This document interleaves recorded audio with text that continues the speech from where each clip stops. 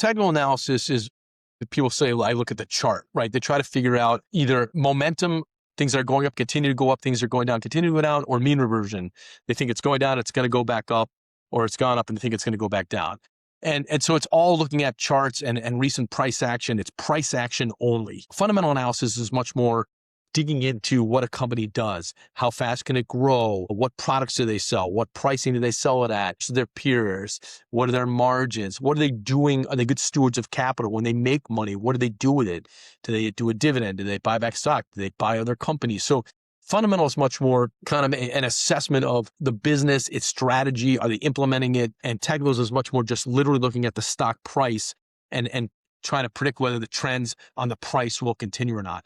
Ultimately, in some cases, they end up correlating. A business that's doing well and gaining share and growing fast and expanding its margins tends to have a stock that goes up, and the technical picks up on that and buys it because the chart looks good.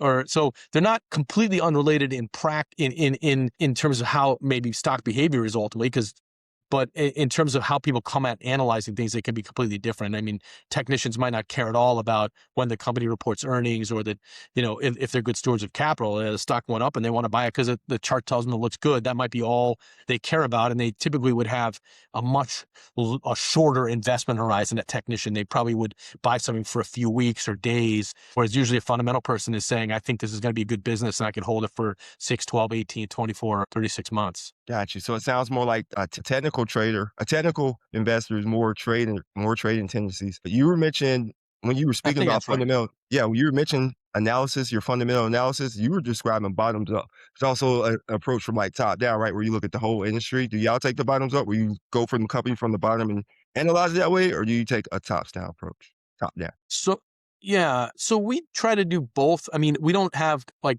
price targets and earnings estimates for individual names, so it's not bottom up that way. But we look at every company, analytically. So it could be where the margins forecasted to expand, or where they forecast to expand more than their business model average. So we're always trying to like search ideas. I mean, what we kind of focus on in our core business, institutional business, is risk and risk management.